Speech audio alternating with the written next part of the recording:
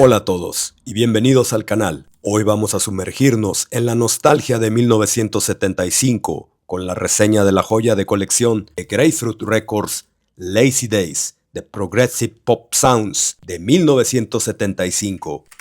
Box set de 3 CDs en la sexta entrega de Grapefruit Records, que lleva años compilando la música que su manager David Wells ha decidido llamar pop progresivo. En esencia, es una oda al panorama musical británico de mediados de los 70, con 65 pistas que nos llevan por caminos inesperados. Al principio, la mezcla de artistas parece un poco aleatoria, pero créanme, este viaje musical está lleno de auténticas joyas. El primer disco comienza fuerte, con Bad Company, y el toque artístico y pegadizo de Fox, con Imagine Me, Imagine You. También encontramos un clásico ineludible en Evil Woman de ELO, una de esas canciones que siempre creímos que era posterior, pero es de 1975.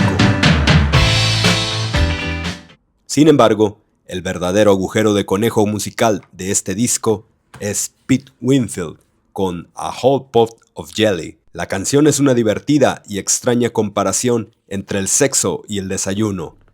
Tiene un ingenio lírico fantástico, como se evidencia también en su álbum Breakfast Special. El disco 1 cierra de forma épica con Babe Ruth y su poderosa versión de Private Number, con sintetizadores y un melotron majestuoso. Transforman una canción soul en un himno setentero progresivo que hace que la letra sobre pedir un número de teléfono parezca una emergencia de vida o muerte. Inmersión en el rock progresivo y pop. El segundo disco es el que tiene la mayor dosis de prog.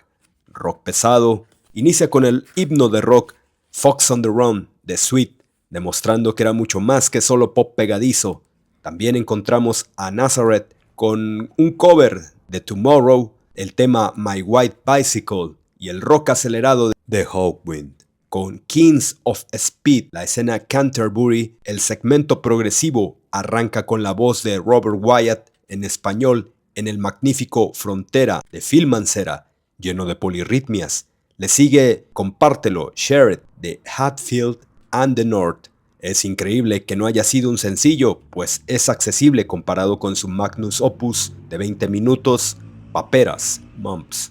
El toque pop folk. Hay una grata sorpresa con el poeta escocés Ivor Cutler y con el optimismo sin energía de Pilot en Hear It All Before. David Wells menciona la balada de los Shadows para Eurovisión, remasterizado por Simon Murphy.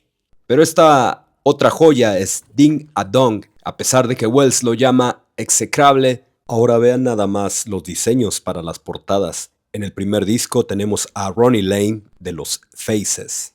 También me gustaría destacar el emotivo homenaje a los Beatles de Barclay James Harvest en Titles, usando solo títulos y temas de los Fab Four. El tercer disco nos trae más material intrigante, rock y algunas rarezas. Tenemos la versión single de Minstrel in the Gallery de Jethro Tull. Luego la banda Kinstrel nos ofrece Take It Away, un art rock que mezcla el prog y el pop, creando una melodía que se te queda en la cabeza.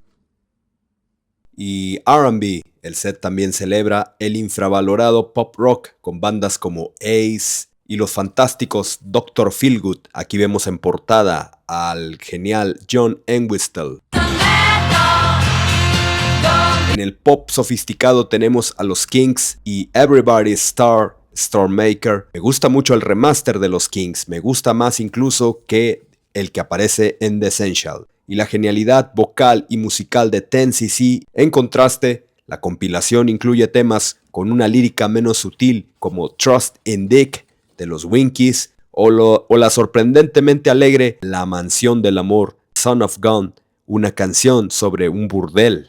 El box set termina de forma profética con Birthday Special de Peter Hamill, una canción considerada por algunos como precursora del punk, señalando que la ola progresiva pronto sería barrida. Lazy Days es una compra muy recomendada. ¿Qué te pareció este viaje musical? ¿Conocías algunas de estas canciones? Déjanos tu comentario abajo. No olvides darle like y suscribirte.